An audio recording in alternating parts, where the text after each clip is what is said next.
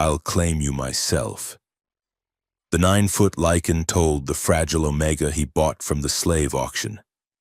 For 300 years, no Lycan King had ever felt love, until Darius saw the silver-haired Omega at the slave auction. His impulsive bid defied logic and 3 centuries of his bloodline's curse. But some hungers are stronger than dynasty. When their first kiss erupts with ancient magic that shatters windows and makes stones sing, Darius realizes love isn't salvation. It's the key to either breaking his family's curse or destroying his kingdom.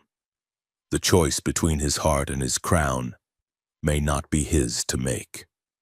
Chapter 1. The Crown's Cold Weight. The obsidian throne felt like ice beneath Darius, even through his ceremonial robes. 9 feet of pure muscle and predatory grace. The Lycan King commanded attention from every noble packed into the great hall of Dravengard Castle. His amber eyes, cold as winter storms, surveyed the assembled court with calculated indifference.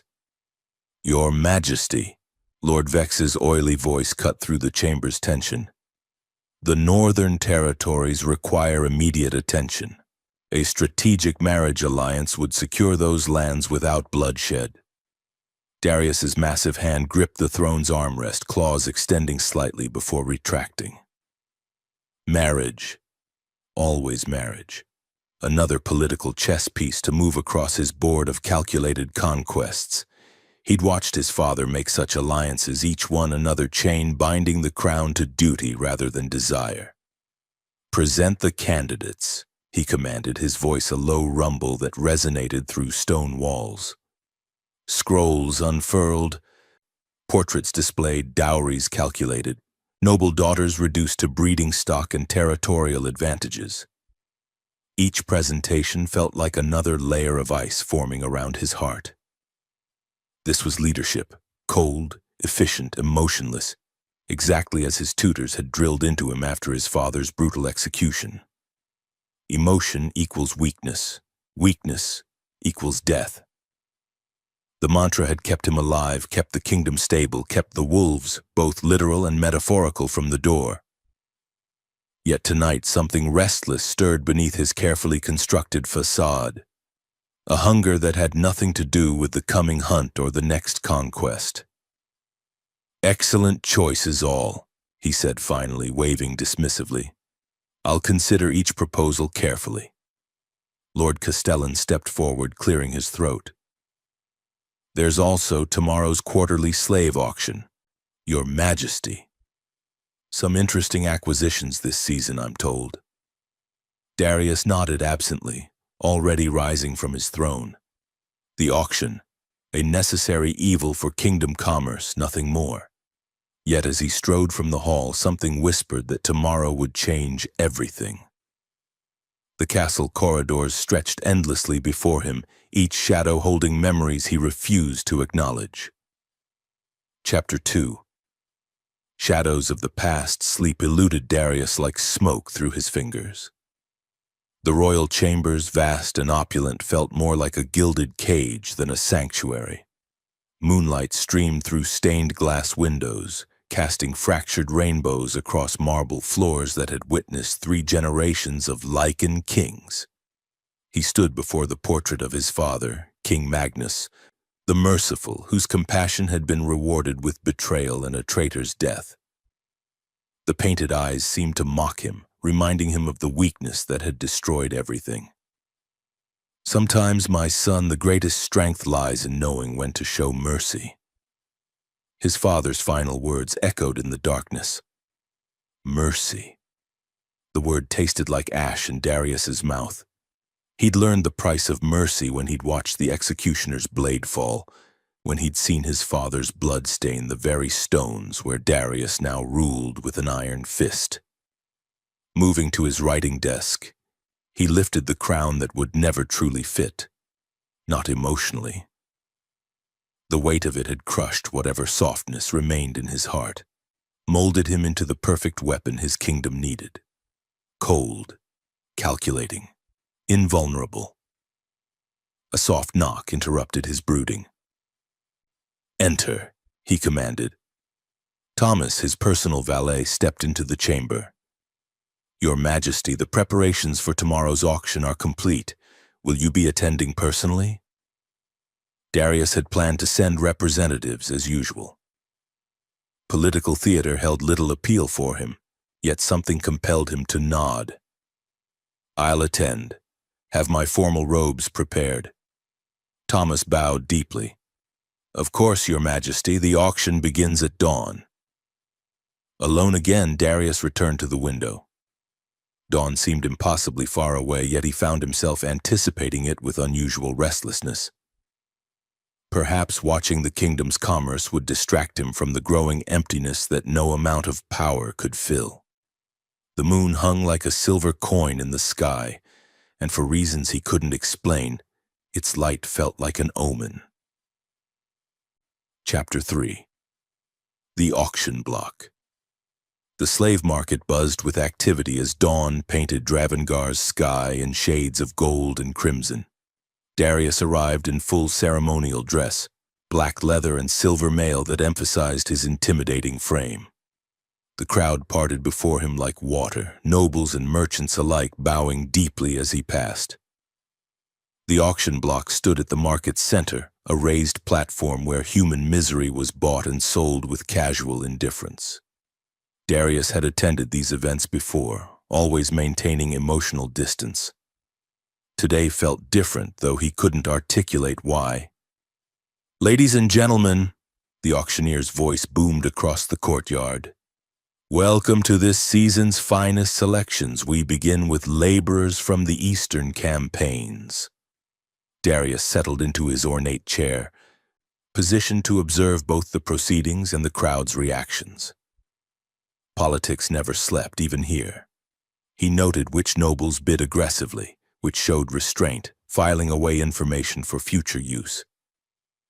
The first dozen lots passed without interest. Strong backs for manual labor, skilled craftsmen for workshops, domestic servants for minor houses, standard fare that barely registered in his consciousness. Then everything changed. "Lot 13, the auctioneer announced, his voice carrying a note of particular interest. "A rare acquisition from the Northern Territories." They brought him onto the platform in chains that seemed unnecessarily heavy for his slight frame. Darius leaned forward, his breath catching unexpectedly. The young man couldn't have been more than 22, with silver pale hair that caught the morning light like spun moonbeams. Despite obvious mistreatment, he carried himself with unconscious dignity that spoke of noble breeding. But it was his eyes that stopped Darius's world. Violet eyes that held secrets, pain, and something else, a strength that chains couldn't break. When their gazes met across the crowded marketplace, Darius felt something fundamental shift inside his chest. The restlessness that had plagued him suddenly made sense. This was what had been calling to him. Without conscious thought, his hand rose in the air. Chapter 4. The Inexplicable Bid. 500 gold pieces, Darius heard himself say, his voice carrying clearly across the suddenly silent marketplace. The auctioneer's hammer froze mid-motion. Conversations died. Every eye in the courtyard turned toward the Lycan King, whose participation in slave auctions was unprecedented. Lord Vex, seated nearby, looked ready to faint. "Your Majesty," the auctioneer stammered. "Did you say 500? Darius's rational mind screamed at him to withdraw the bid, to claim momentary distraction. Yet his eyes remained locked with the violet-eyed young man on the platform, who showed no gratitude or relief, only quiet curiosity. "You heard correctly," Darius confirmed, his tone brooking no argument. 600, called Lord Blackwood, apparently deciding to challenge royal interest for sport or political positioning. The bid should have ended there. Darius should have graciously withdrawn, allowing the noble to claim his prize. Instead, he felt his jaw clench with surprising possessiveness. 1,000 gold pieces. Gasps echoed through the crowd. Even Lord Blackwood's jaw dropped. 1,000 gold was enough to purchase a small estate, certainly more than any slave, no matter how appealing, could possibly be worth. The violet-eyed young man's expression remained unchanged, but something flickered in his gaze. Recognition? Understanding? Darius couldn't be sure. "Going once," the auctioneer called shakily. "Going twice?" No one else dared bid against their king. The hammer fell with finality that seemed to echo through Darius's very soul. "Sold to His Majesty King Darius for 1,000 gold pieces." As guards moved to escort the young man from the platform, Darius rose abruptly. The morning's events had taken on a dreamlike quality, as if he were watching someone else make decisions with his voice, his hands, his face. Lord Vex appeared at his elbow, confusion written clearly across his weathered features. "Your Majesty, perhaps we should discuss—" "There's nothing to discuss," Darius cut him off sharply. "Have my purchase delivered to the castle immediately." Walking away from the auction block, he couldn't shake the feeling that he'd just purchased far more than a slave. Chapter 5. The Council's Demand. The throne room felt smaller than usual when Darius faced his assembled council an hour after the auction. 7 men who'd served his father before him, their expressions ranging from concern to barely concealed disapproval. The weight of their judgment pressed against him like a physical force. Lord Vex stepped forward, his diplomatic training evident in his carefully neutral tone. "Your Majesty, the Council requests clarification regarding this morning's acquisition." Darius remained silent, unwilling to explain what he couldn't understand himself. The violet-eyed young man's image haunted his thoughts, along with the inexplicable compulsion that had driven him to bid. 1,000 gold pieces, Lord Castellan added, consulting his ledger with obvious displeasure. "Represents a significant expenditure for household staff." "The royal treasury can afford it," Darius replied coldly. "Of course, Your Majesty," Lord Blackthorn interjected smoothly, "but the court will inevitably speculate about your interests. Perhaps a public explanation would quell rumors before they begin." The implied threat wasn't lost on Darius. These men had watched his father's reputation crumble under whispers and speculation. They feared a similar weakness in their current king. "My personal decisions require no explanation to the court," he stated firmly. Uncomfortable glances passed between council members. Finally, Lord Vex cleared his throat diplomatically. "Naturally, Your Majesty.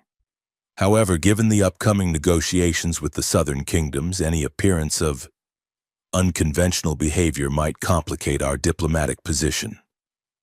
Darius's claws extended involuntarily, scraping against the throne's armrests. The sound echoed through the chamber like a warning. "Are you questioning my judgment, Lord Vex?" "Never, Your Majesty," Vex replied quickly, bowing deeply. "We merely wish to protect the crown's interests." "Then trust that I know those interests better than anyone," Darius growled, his voice carrying the undertone that made lesser men tremble. The council exchanged meaningful looks that didn't escape his notice. They'd planted seeds of doubt they hoped would grow into compliance. Instead, they'd only strengthened his resolve to follow this unexpected path, regardless of political consequences. "You're dismissed," he commanded. As they filed out, Darius caught Lord Castellan's whispered words to Lord Vex. "Keep watch on this development." The game had begun. Chapter 6. First Encounter. The private chamber adjoining Darius's study had been hastily prepared for his unusual acquisition. When guards escorted the young man inside, Darius dismissed them with a sharp gesture, wanting this first real conversation to be private. Standing in the afternoon light streaming through tall windows, the violet-eyed man seemed almost ethereal. Someone had provided him with clean clothes, simple servant's garb that somehow looked noble on his slight frame. The heavy chains had been replaced with lighter restraints, more symbolic than functional. "What's your name?" Darius asked, his voice gentler than he'd intended. Elian, came the quiet reply. No title, no family name offered, just the simple dignity of truth. Darius circled him slowly, noting details that had been missed in the auction's chaos. Elian's hands, though calloused from labor, showed signs of fine breeding. Long fingers that had once held quills rather than tools. His posture remained proud despite his circumstances. You're not a common slave, Darius observed. No, Elian agreed without elaboration. Yet you were sold as one. Circumstances change, Elian replied, meeting Darius's gaze directly.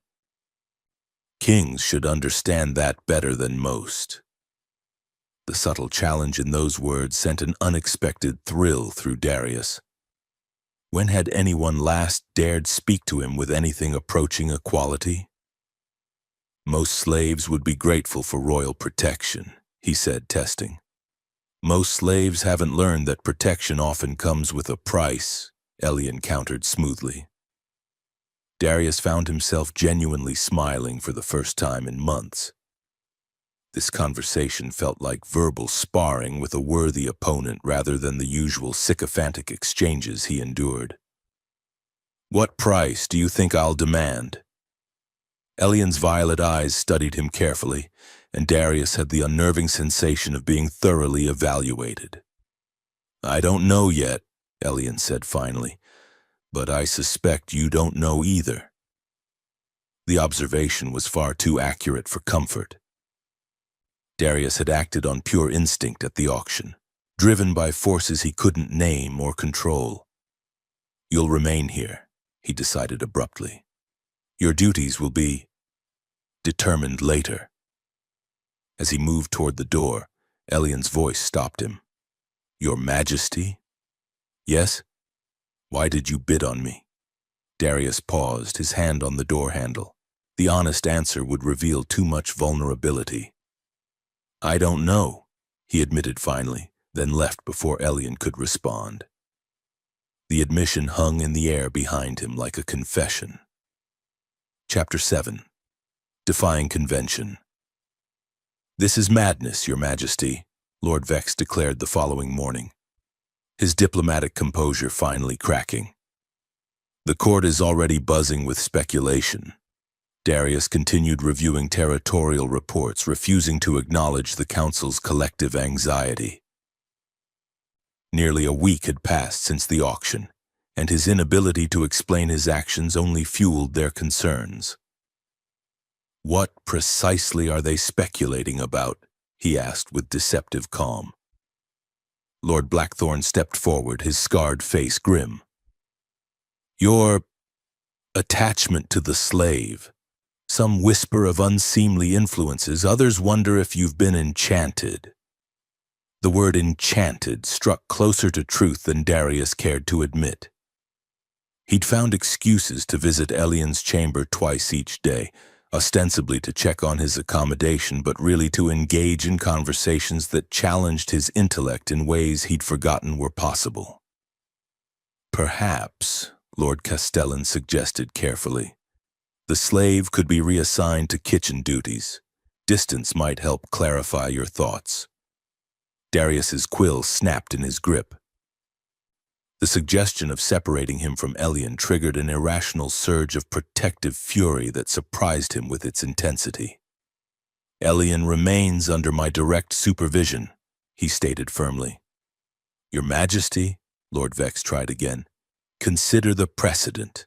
A king's reputation. Enough, Darius roared, rising to his full imposing height. I am not my father.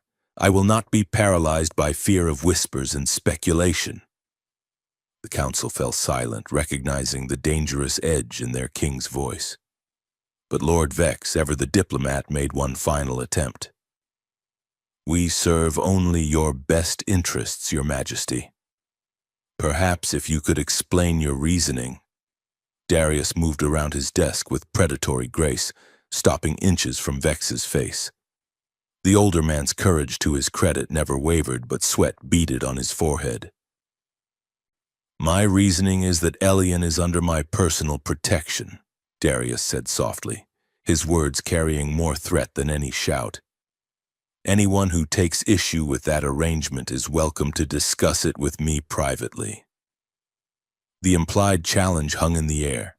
No one in the kingdom could match Darius in single combat, and they all knew it. Of course, Your Majesty, Vex replied stiffly. We understand perfectly. As the council filed out, Darius caught their exchanged glances. They understood, all right, understood that their king was compromised and potentially dangerous. He was beginning to not care. Chapter 8. Unexpected Laughter. Teaching Elian court protocols provided the perfect excuse for extended private time, though Darius suspected they both saw through the pretense. Elian already moved with natural grace that suggested familiarity with formal settings, yet he played along with the charade. When addressing foreign dignitaries, Darius explained, demonstrating the proper bow. The depth of respect shown reflects the kingdom's diplomatic position. Elian mimicked the movement perfectly, adding subtle flourishes that spoke of extensive training. Like this? He asked innocently.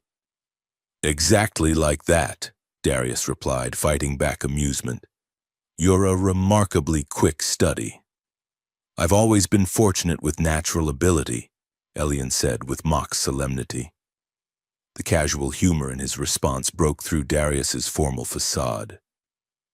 A genuine laugh escaped him, the first he'd experienced in years. The sound felt foreign, rusty from disuse, but incredibly liberating. Elian's eyes widened slightly at the transformation laughter brought to Darius's features, softening harsh lines and revealing the man beneath the crown. You should do that more often, Elian observed quietly. Laugh? Darius asked, suddenly self-conscious. Be yourself, Elian clarified. The crown suits you, but it doesn't have to consume you. The insight cut deep. When had Darius last felt like himself rather than a role he was playing? The distinction had blurred so gradually he'd stopped noticing the difference. Kings don't have the luxury of being themselves, he replied automatically. Perhaps that's why so many kings are miserable, Elian suggested, moving to straighten an imaginary wrinkle in Darius's formal jacket. The casual touch sent electricity through Darius's skin.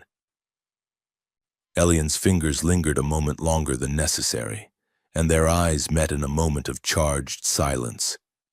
Elian, Darius began, not sure what he intended to say. A sharp knock interrupted them. Thomas entered after receiving permission, his expression carefully neutral. Your Majesty, Lord Vex requests an immediate audience regarding the Southern Kingdom negotiations. Duty called, as it always did. But for the first time, Darius resented the interruption rather than welcoming the escape from unwanted emotions. Tell Lord Vex I'll be there shortly, he said, his eyes never leaving Elian's face. As Thomas departed, the charged moment had passed, but something fundamental had shifted between them. We'll continue this later, Darius promised, meaning more than just protocol lessons. Chapter 9. The First Challenge. Lord Roderick's voice carried clearly across the castle's courtyard, designed to humiliate rather than inform. I hear our king has developed quite the fondness for his new pet. Darius froze halfway across the practice yard, his hand instinctively moving to his sword hilt. Behind him, he could sense Elian's stiffening posture. They'd been walking to the library together, another thin excuse for time alone, when Roderick's deliberately loud conversation began.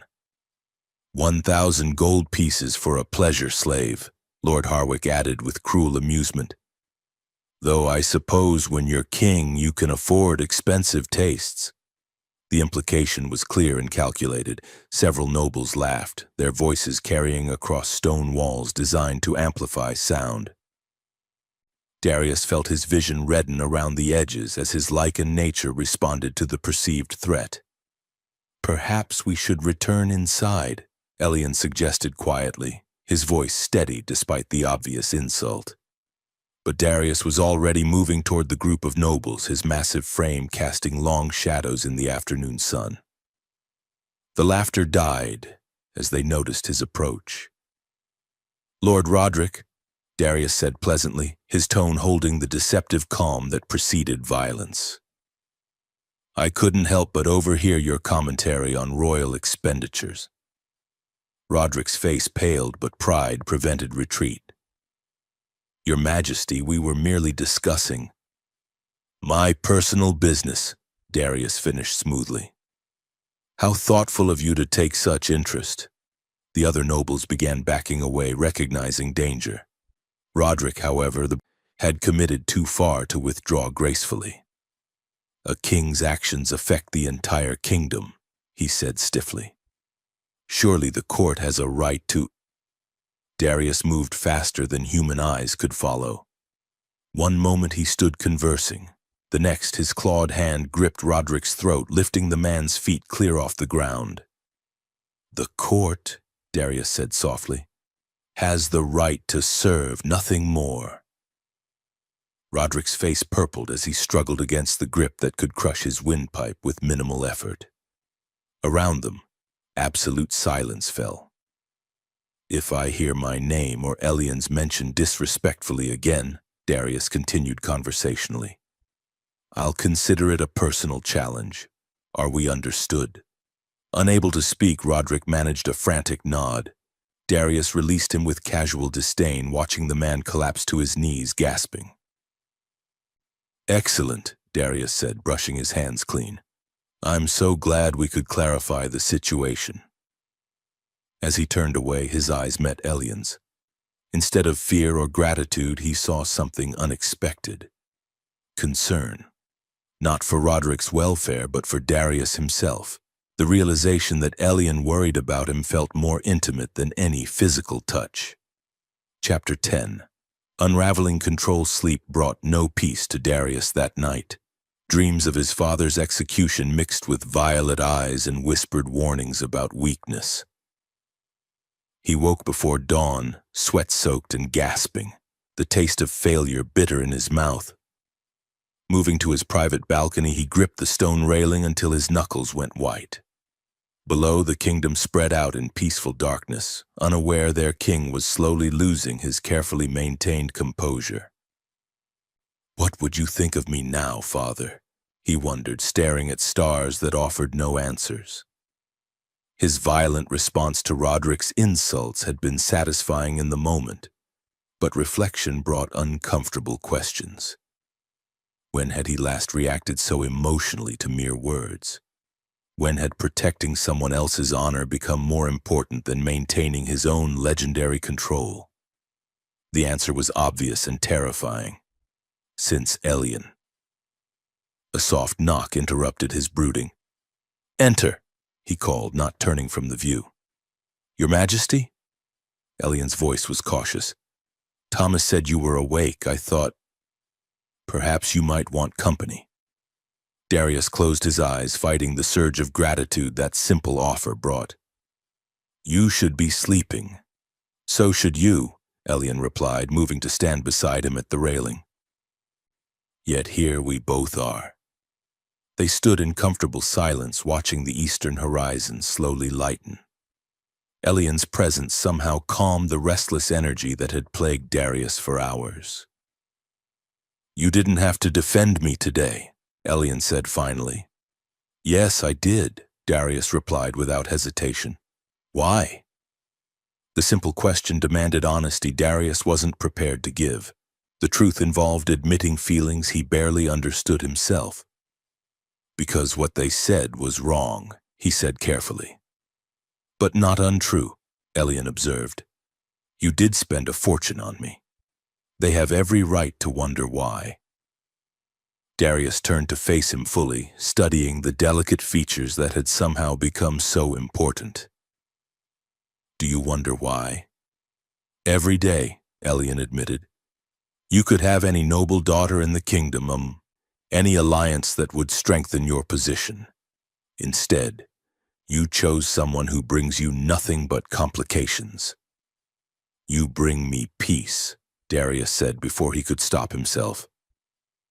The confession hung between them like a bridge neither was ready to cross. But it was true, and truth demanded acknowledgement. "Peace," Elian repeated softly as if testing the word's weight. "Yes," Darius confirmed, no longer caring about vulnerability. "For the first time in my life, I feel peaceful." Dawn broke across the horizon, painting their faces in gold and promise. Chapter 11. Council Whispers. 2 days later, the morning council session felt like walking into an ambush. 7 pairs of eyes tracked Darius's every movement, their expressions ranging from concern to barely concealed calculation. News of the incident with Lord Roderick had clearly spread through the castle's network of whispers and speculation. Lord Vex cleared his throat diplomatically.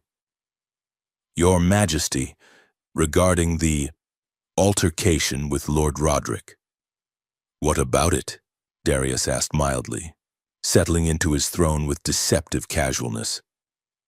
"The noble houses are expressing concern about your temperament lately," Lord Castellan ventured carefully.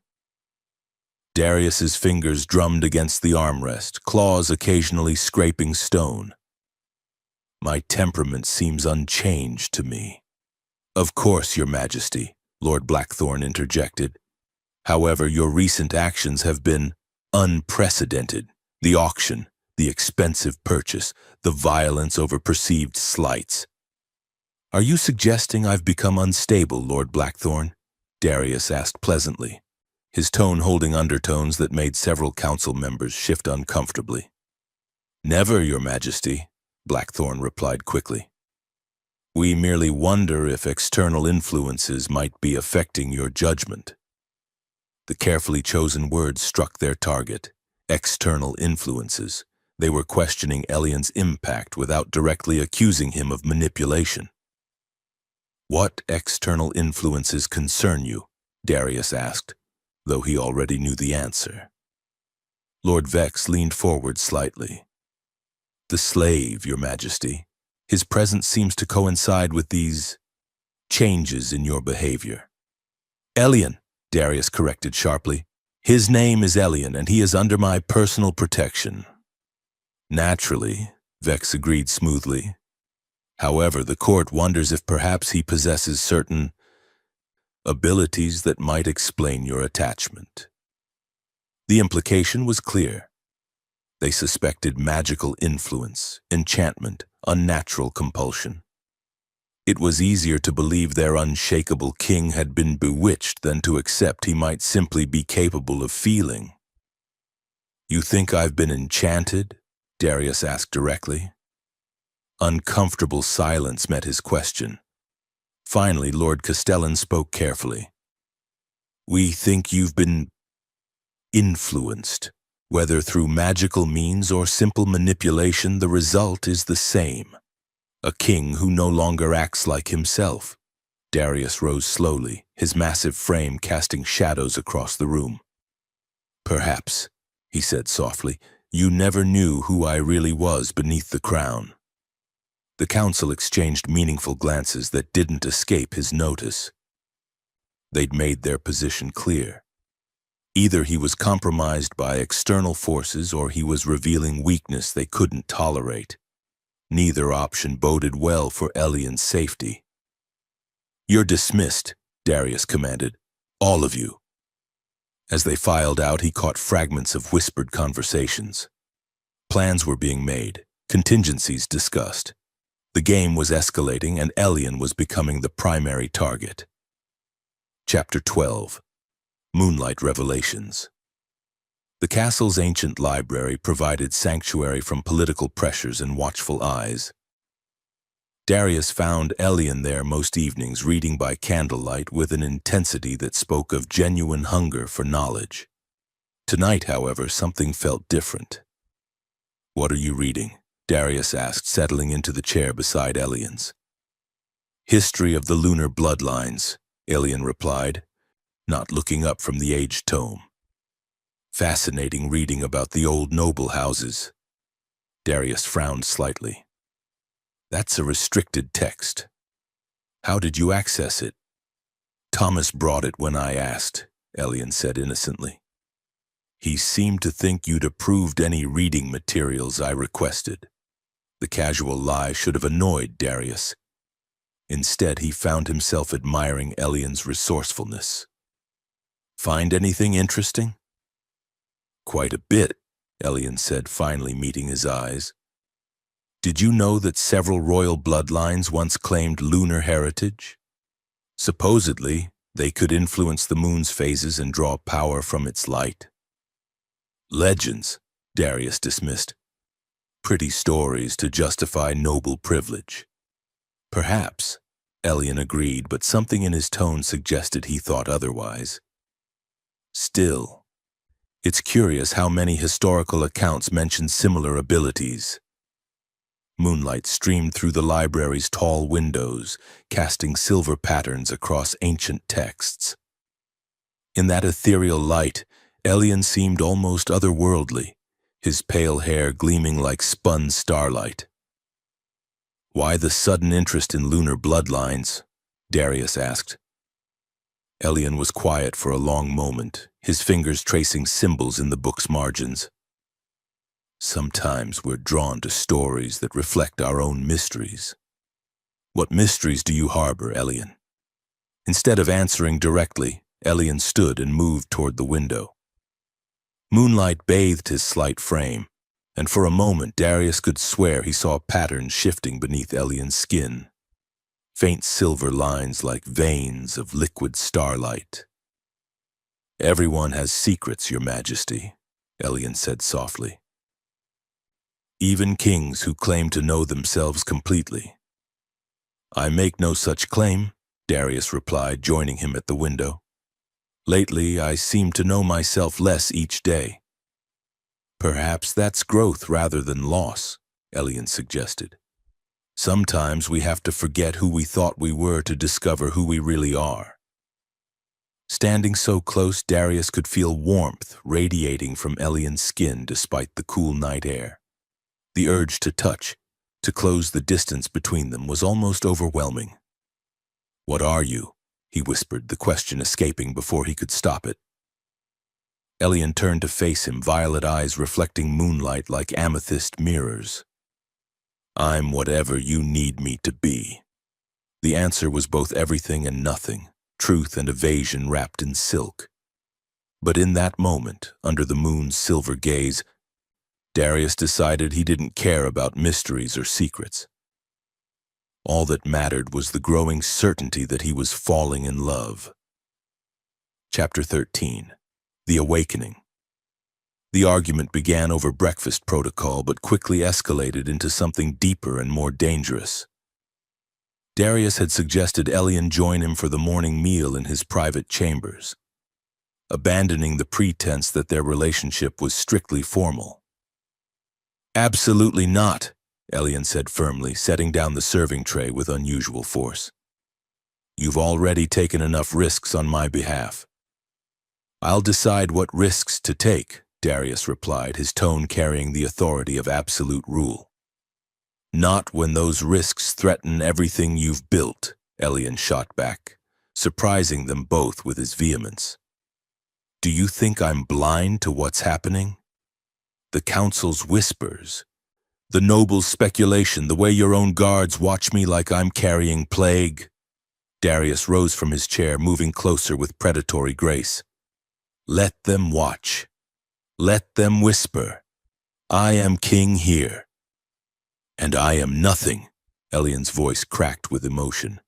Nothing but a bought slave who somehow bewitched their perfect controlled king into acting like a man instead of a monument. The words hung between them like lightning, charged with truths neither had fully acknowledged. Darius felt his careful composure cracking, revealing raw need beneath polished control. You think that's all you are to me? He asked quietly, dangerously.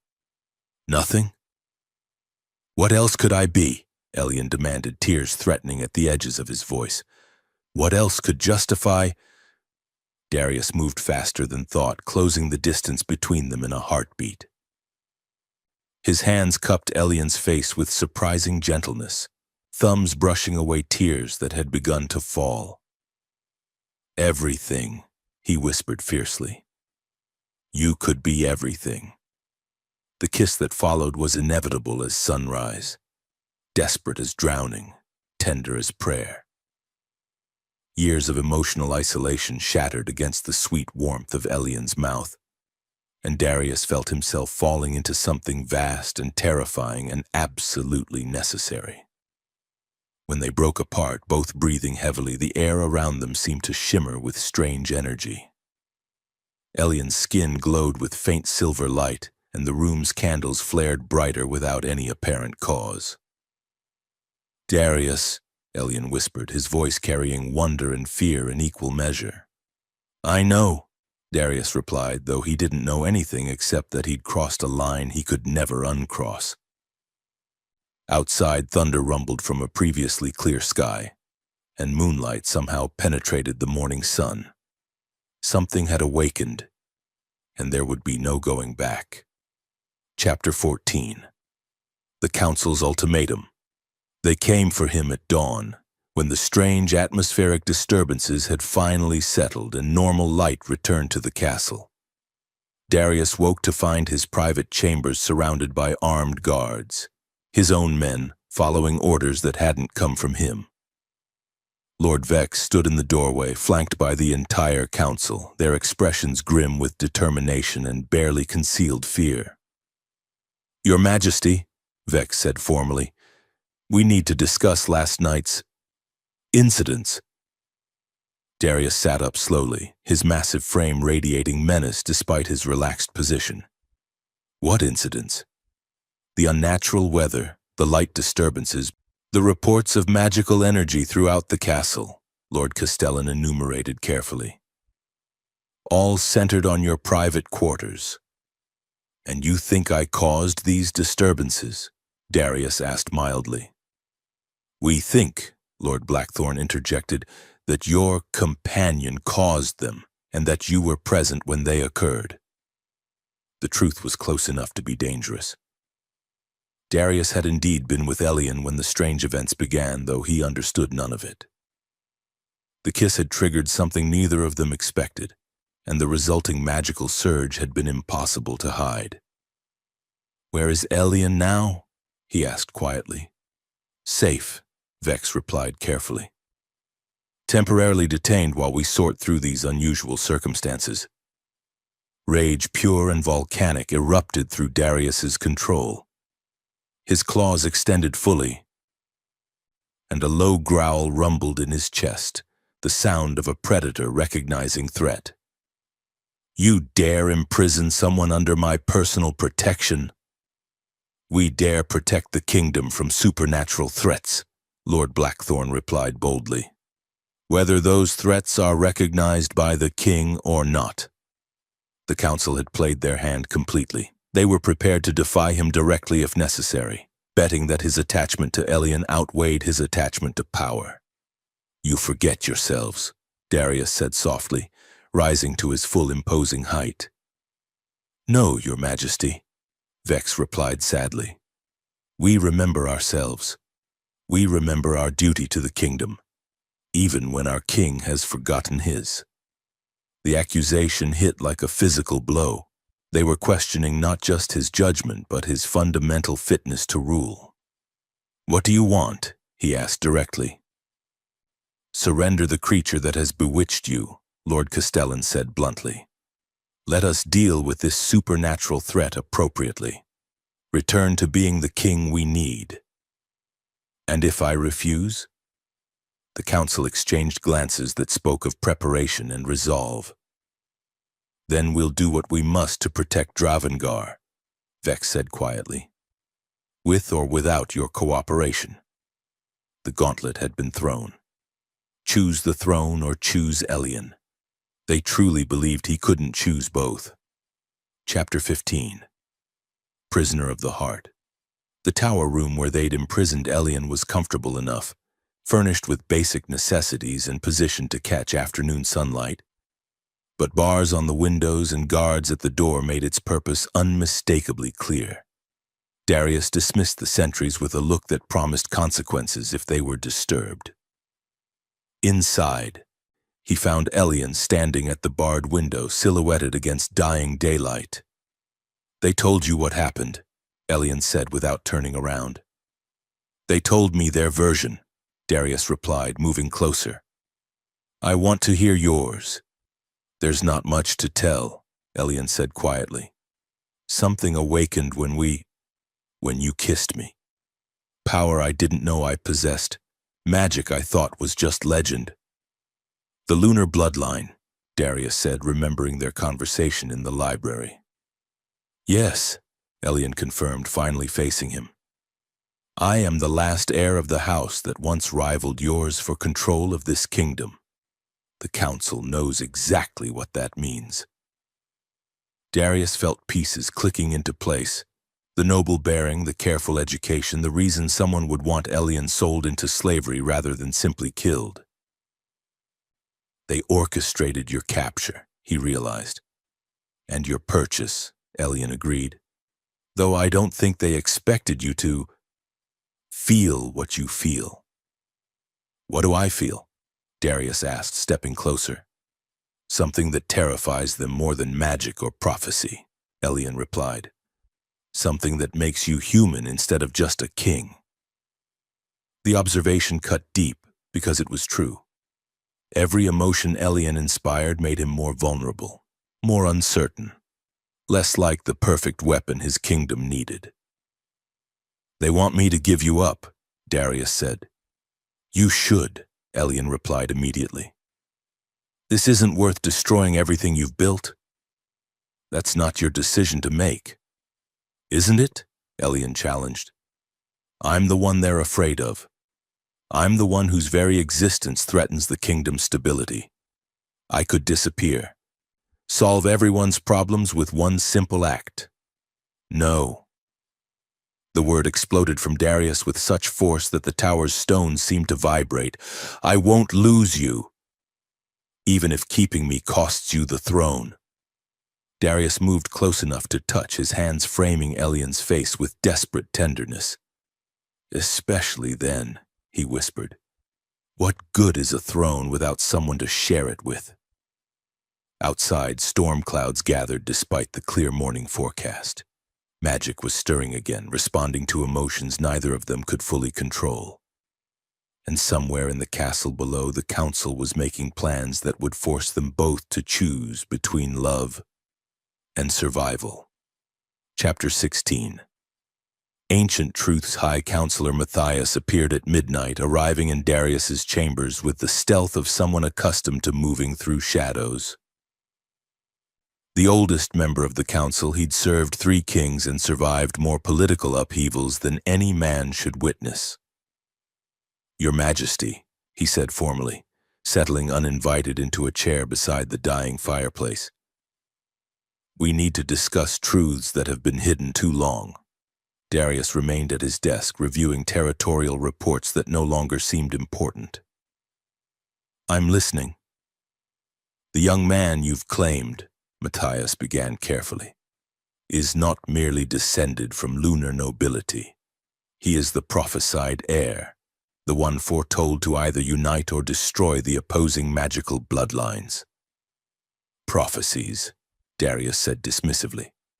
"Convenient excuses for political maneuvering." "This one is different," Matthias insisted. "Written in star charts and blood magic 3 centuries ago. When your ancestor first claimed this throne through conquest rather than inheritance."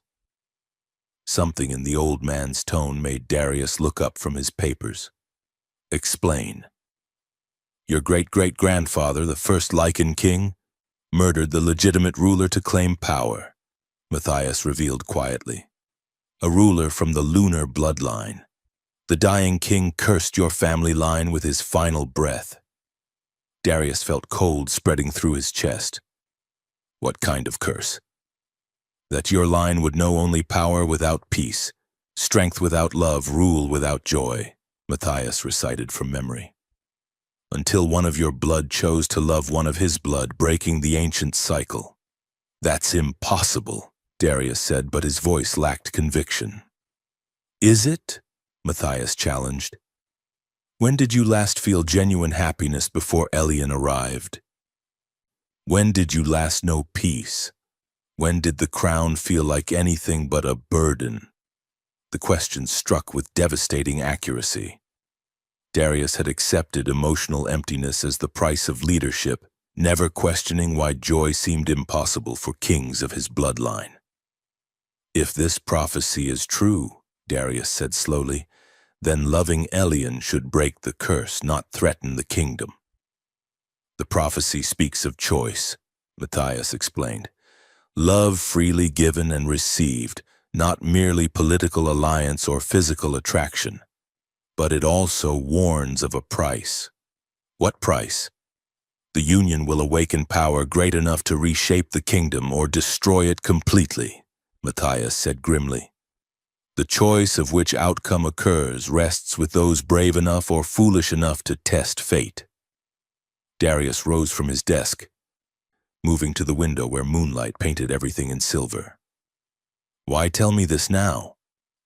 Because tomorrow, the council votes on whether to execute Elian as a supernatural threat, Matthias replied quietly. And because despite my loyalty to the crown, I believe some choices are worth the risk. In the distance, thunder rumbled from clear skies. The final test was approaching, and Darius finally understood the true stakes involved. Chapter 17. The Point of No Return. The ancient bonding chamber beneath the castle had been sealed for generations, used only in the most sacred royal ceremonies. Darius descended the narrow stairs by torchlight, carrying supplies he'd gathered in desperate secrecy while the castle slept. Elian waited in the circular stone room. His escape from the tower accomplished through awakening powers that bent reality around his desperate need for freedom. Some bonds transcended physical barriers, and tonight proved that love could indeed work miracles. Are you certain about this? Elian asked as Darius began arranging the ritual components: silver chains, lunar stones, ancient texts written in languages older than memory. No, Darius admitted honestly. But I'm certain about you. The bonding ritual would make their connection permanent and irrevocable. Once completed, their life forces would be intertwined, their magical essences merged, their fates joined beyond death itself. The council will consider this treason, Elian warned. The council will consider this many things, Darius replied, lighting candles at precise points around the chamber. Their opinion no longer matters to me. Darius. Elian's voice carried such tenderness that it stopped all movement, all thought, all doubt. I need you to understand what you're choosing. This ritual will awaken powers in both of us that we can't control. The prophecy speaks of reshaping kingdoms or destroying them. Then we'll reshape it, Darius said firmly. Together. They stood facing each other in the chamber's center, surrounded by symbols that pulsed with their own inner light. Ancient magic stirred in response to their presence, recognizing bloodlines that had been kept apart for centuries. I love you, Darius said simply, offering his hands palm up. I love you, Elian replied, placing his hands against Darius's. The moment their skin touched, power exploded through the chamber like chain lightning. Silver fire raced along the carved symbols, and their combined voices rose in words neither had learned, but both somehow knew. The ritual took them beyond conscious thought, beyond individual will, into a space where two souls became one while remaining themselves. Pain and pleasure, fear and exaltation, mortality and transcendence, all boundaries dissolved in the crucible of absolute love. When the energy finally settled, they knelt together on a stone that now glowed with permanent inner light. Their hands remained joined, and faint silver patterns traced along their skin like living tattoos. It's done, Elian whispered, wonder and terror warring in his voice.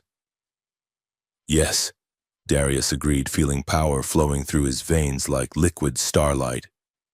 And there's no going back. Above them, the entire castle shook as if struck by an earthquake, and every window in the kingdom blazed with impossible silver light. The prophesied union was complete, and its consequences were only beginning. Chapter 18. Power and Destruction. Dawn brought chaos to Dravengard Castle. The ritual's energy surge had cracked foundation stones, shattered windows, and left strange silver veins running through ancient walls like metallic ivy. Servants fled screaming from rooms where gravity seemed optional, and shadows moved independently of their sources. Darius and Elian emerged from the bonding chamber to find the castle transformed. Their merged magical signature had awakened dormant enchantments woven into the very stones, creating a fortress that was no longer entirely bound by natural law. "What have we done?" Elian whispered, staring at a corridor where the ceiling had become a window to the star-filled sky. "What was always meant to happen," Darius replied, though doubt crept into his voice as they witnessed the scope of change. Guards approached them with obvious terror, hands on weapons they knew would be useless against whatever their king had become. Captain Morrison, loyal for 20 years, couldn't quite meet Darius's eyes. "Your Majesty," Morrison said carefully, "the council requests your immediate presence in the throne room." "Requests?" Darius asked mildly. "Demands," Morrison corrected honestly. "Half the noble houses have barricaded themselves in their quarters. The other half are preparing to flee the kingdom." Moving through corridors that now pulsed with silver light, Darius felt the weight of consequence settling on his shoulders. Their love had indeed awakened great power, but power without control was indistinguishable from destruction. The throne room had suffered the least damage, though ancient tapestries now moved as if stirred by unfelt breezes. The council waited in formation, their faces masks of grim determination. "Your Majesty," Lord Vex began formally, "you have endangered this entire kingdom with your reckless actions." "I have fulfilled an ancient prophecy," Darius replied, settling onto his throne with Elian beside him. "You have proven that some prophecies should remain unfulfilled," Lord Blackthorn countered. "Look around you. This is not salvation, it's catastrophe."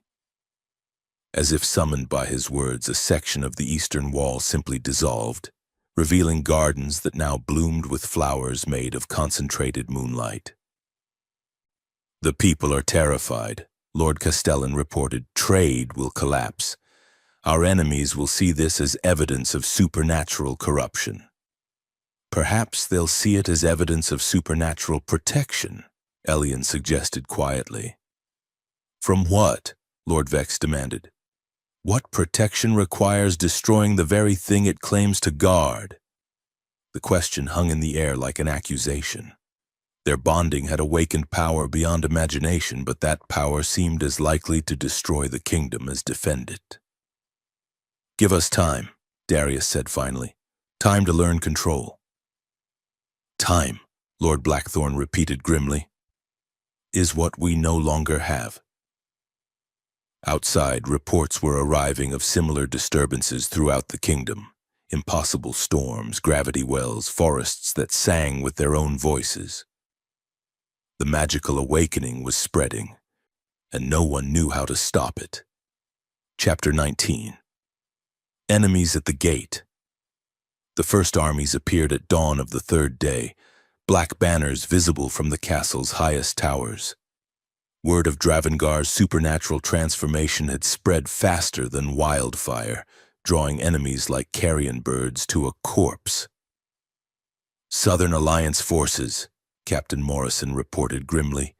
"Eastern Coalition cavalry, Northern Territorial battalions.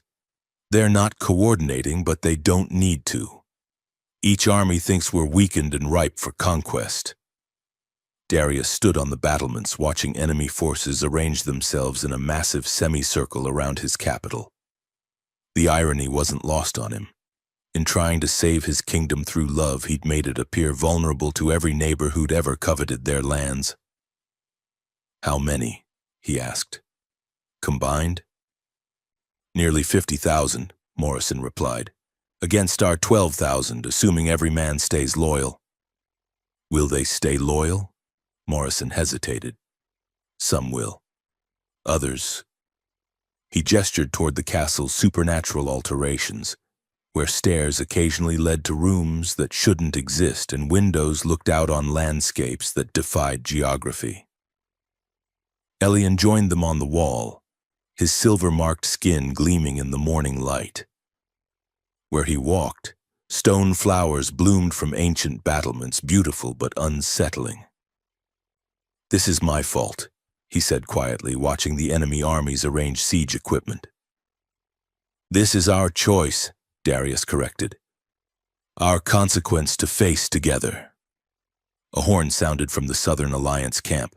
A single rider approached under a flag of parley, his horse dancing nervously as it neared the castle's transformed walls. "Your Majesty," the herald called when he reached speaking distance. "General Blackwood offers terms for your surrender." "I'm listening," Darius replied. "Surrender the supernatural creature that has corrupted you," the herald announced. "Submit to cleansing rituals to purge magical influence. Abdicate in favor of a regent chosen by allied kingdoms. In exchange, your life will be spared." "And if I refuse?" "Then we'll take what we want from the ashes of your kingdom," the herald replied bluntly. Darius looked at Elian, seeing his own thoughts reflected in violet eyes. They could fight. Their new powers were formidable but untested. They could flee, though where could two magically bonded souls hide? Or they could surrender, accepting that love sometimes demanded the ultimate sacrifice. "Tell General Blackwood he'll have his answer by sunset," Darius said finally. As the herald rode away, enemy drums began beating ominous rhythms that echoed off supernatural walls. The final choice was upon them, and this time, there would be no middle ground. Chapter 20. The Curse Revealed. In the castle's deepest vault, surrounded by texts that predated written history, High Counselor Matthias revealed the final piece of the puzzle that had defined both their bloodlines for centuries. "The curse was more complex than I initially explained," he admitted, opening a tome bound in scales that shifted color in the candlelight. "It didn't just condemn your lineage to emotional emptiness, it bound your magical potential as well." Darius studied the ancient script, recognizing symbols that seemed to writhe with their own malevolent life. "Explain." "Every Lycan King has possessed supernatural strength, speed, and battle fury," Matthias continued. "But true magic, the power to reshape reality itself, that was sealed away by the lunar bloodline's dying curse. Until now," Elian said quietly, understanding beginning to dawn. "Until now," Matthias confirmed. "Your bonding didn't just awaken dormant power. It broke the curse that had contained your family's magical heritage for 300 years. Darius felt pieces clicking into place with terrible clarity. That's why the ritual caused so much destruction. We weren't just combining our power, we were releasing centuries of suppressed magical energy." "Precisely," Matthias agreed. "And that energy will continue to build until it either finds proper focus or tears the kingdom apart from within." "How do we focus it?" Elian asked. Matthias turned the page to reveal a diagram that made both men step back involuntarily. It showed two figures, one bearing Lycan characteristics, one marked with lunar symbols, standing at the center of a magical circle while power flowed outward in geometric patterns. "Willing sacrifice," Matthias read from the accompanying text. "One life given freely to break the ancient cycle, allowing the other to channel the released power safely." "No," Darius said immediately. "There has to be another way. The curse was created with death magic," Matthias explained grimly. It can only be broken the same way. One of you must die to save the other and the kingdom." Outside, the sound of approaching armies grew louder. Siege engines creaked closer to walls that might not be able to withstand mundane warfare while containing supernatural forces. "How much time do we have?" Elian asked. "Hours," Matthias replied. "Maybe less. The magical buildup is approaching critical mass." Darius pulled Elian close, feeling the silver patterns beneath their skin pulse in harmony. After finding love beyond imagination, how could fate demand they choose which one would survive to remember it? "There has to be another way," he repeated desperately. But deep in his heart, he already knew what choice love would demand. Chapter 21. A King's Resolve. The ritual chamber felt smaller now, its walls bearing fresh scorch marks from their earlier bonding ceremony. Darius knelt beside the central altar, arranging components for a sacrifice he'd never imagined making. "This is not your decision alone," Elian said firmly, pacing the chamber's perimeter with barely controlled agitation. "Yes, it is," Darius replied without looking up from the ancient texts. "I am king. Protecting the kingdom is my responsibility." "Protecting each other is our responsibility," Elian countered. "That's what the bonding means. Shared burdens, shared choices, shared fate." "Then understand why I have to do this," Darius pleaded, finally meeting his eyes. "You're young. You have decades of life ahead, centuries of good you could accomplish. I've already spent 30 years as a hollow shell pretending to be human." "That's exactly why you should be the one to live," Elian shot back. "You finally learned to feel, to love, but to be more than just a crown and a sword. Don't throw that away." Outside, siege engines began their bombardment. The castle's supernatural walls held, but each impact sent tremors through stone and spirit alike.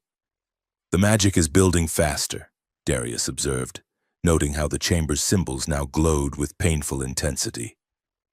"We don't have time to debate this." "Then let's find a third option," Elian said desperately. "Magic this powerful must offer alternatives to simple death. Sometimes the most powerful magic requires the simplest solutions," Matthias said from the doorway, his ancient face heavy with sorrow. "I've spent the last hour searching for alternatives. There are none." "Matthias," Darius said quietly, "I want you to promise me something." "Your Majesty? When this is over, tell them the truth. Tell them their king chose love over duty, choosing hearts over crowns, choosing to die for something worth living for." "I will," Matthias promised solemnly. The bombardment intensified, and somewhere in the castle's depths, structural supports began to groan under supernatural pressure. "It has to be now," Darius said, taking Elian's hands in his own. "The ritual won't work if we wait much longer." "Darius, please." "I love you," Darius interrupted gently. "That love is worth any price."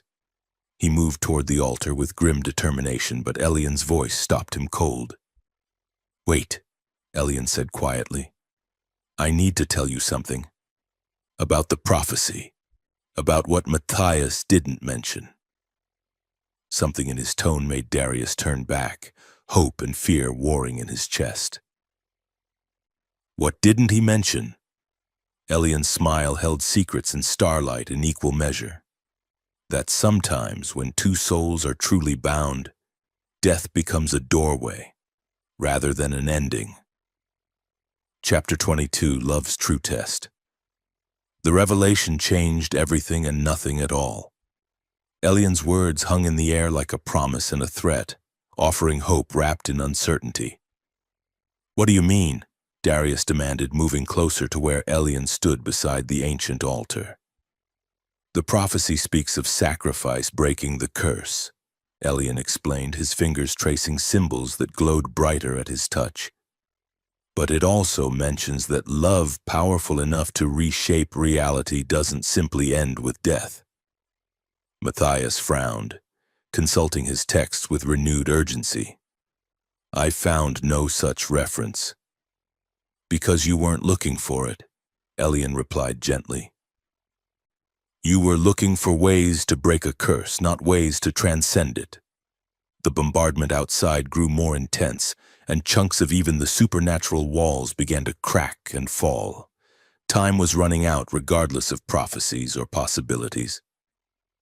Explain what you think you know, Darius commanded, though his tone held desperate hope rather than royal authority. True bonding doesn't just link souls, it creates a new kind of existence, Elian said, moving to stand at the ritual's focal point. If one of us dies willingly out of love, that death becomes a transformation rather than an ending. Transformation into what? Matthias asked skeptically. Into something that can channel power safely while remaining connected to the one who lives, Elian replied. A guardian spirit, a magical anchor, a bridge between life and the force that shapes reality itself. Darius felt understanding dawn with terrible clarity. You're suggesting that whoever dies won't truly be gone. I'm suggesting that love this deep transcends the usual rules, Elian confirmed. But I'm also admitting I could be wrong. This could simply be wishful thinking from someone who doesn't want to let go. Another section of wall collapsed, and enemy war cries echoed through the breach. The magical pressure in the chamber reached critical levels, making the air itself hard to breathe. We have to choose now, Matthias urged. The spell components, the ritual circle, everything is ready. Darius looked at Elian, seeing his own desperate hope reflected in violet eyes that had taught him the meaning of love. Together? He asked. Together, Elian agreed. They moved to the altar hand in hand, neither knowing whether they were walking toward death or transformation, ending or beginning. But they walked there together, and that made every risk worthwhile. The ritual blade gleamed in the chamber's supernatural light, waiting for love to prove its ultimate power. Chapter 23. The Ultimate Sacrifice. The moment of choice arrived with the force of destiny itself. Darius and Elian stood before the altar, hands joined, the ritual blade between them reflecting the chamber's magical fire. I should be the one, Darius said quietly. My bloodline created this curse. My life should break it. Our bloodlines created this situation together, Elian replied. Our choice should resolve it the same way. Outside, the sounds of battle drew closer as enemy forces breached the castle's outer defenses. The magical pressure in the chamber had reached unbearable levels. Reality itself seemed to bend and warp around them. There's no more time, Matthias urged desperately. Choose or watch the kingdom tear itself apart. Darius reached for the blade, but Elian's hand closed over his, stopping the motion. What if we're both wrong about how this works? Elian asked softly. What if death is just death, and one of us will be left alone forever? Then we trust that love was worth the risk, Darius replied, bringing their joined hands to his heart. Either way, we choose each other over fear. Together, Elian whispered, and their hands moved as one. The blade pierced both their hearts simultaneously, guided by love and purpose rather than despair. Pain flared bright as starfire, then faded into something vast and transcendent. Instead of blood, silver light poured from their wounds.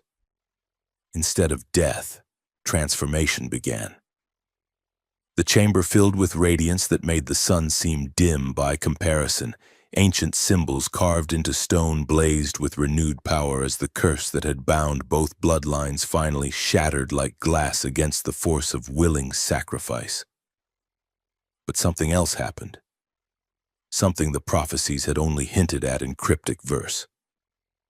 Their life forces, instead of separating in death, merged completely. Not bonded, not connected, but truly unified into something greater than the sum of its parts.